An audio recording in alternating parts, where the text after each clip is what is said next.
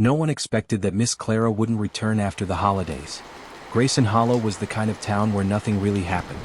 Life moved slow, people stuck to their routines and secrets, if there were any, stayed buried.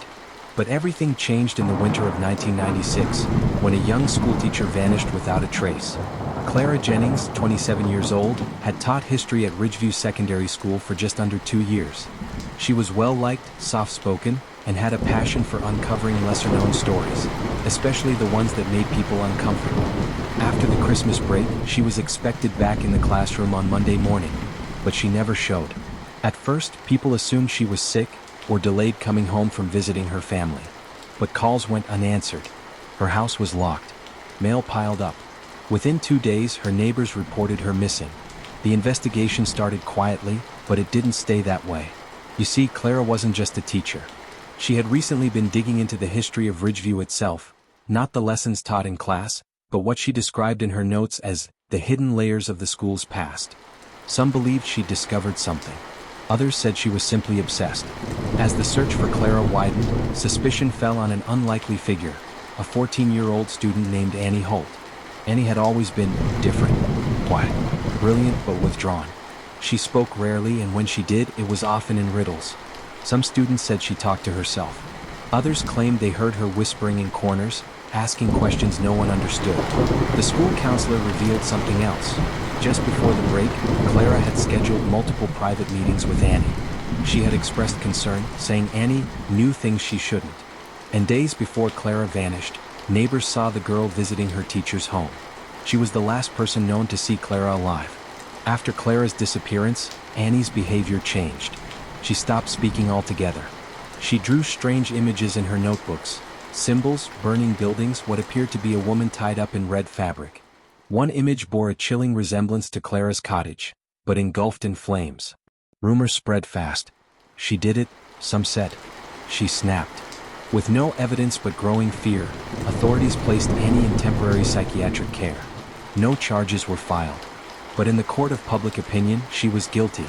For 3 weeks, the town existed in a fog of paranoia and grief. The school reopened under tight watch. Clara's desk sat untouched. Then came the breakthrough. Renovation crews working beneath the west wing of Ridgeview stumbled upon a sealed chamber, a small, windowless room behind a false wall in the basement. Inside were old uniforms, leather straps, handwritten ledgers dating back to 1954, and something worse. The room was part of a secret disciplinary club once operated by faculty members decades ago. A brutal, cult-like group that believed in corrective spiritual punishment for misbehaving students. It had been quietly disbanded after an internal scandal.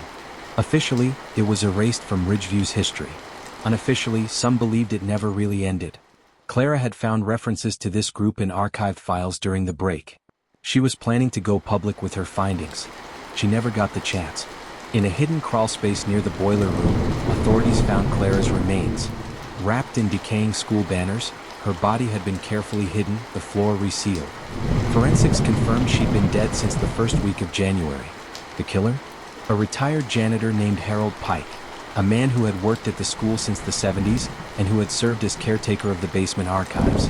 When questioned, he confessed everything. He had helped silence Clara, for the good of the school. Pike died of a heart attack in custody 2 days later. Annie was cleared of all suspicion. But by then the damage had been done. Her name was already cursed in the town's memory. She was quietly relocated by the state. No one knows where she went. No one ever saw her again. The school board removed all records related to the discovery, citing safety concerns and community healing. Ridgeview's basement was permanently sealed off. But the truth was out, and Clara had given her life to reveal it. Grayson Hollow never fully recovered. People still talk in hushed tones about that winter.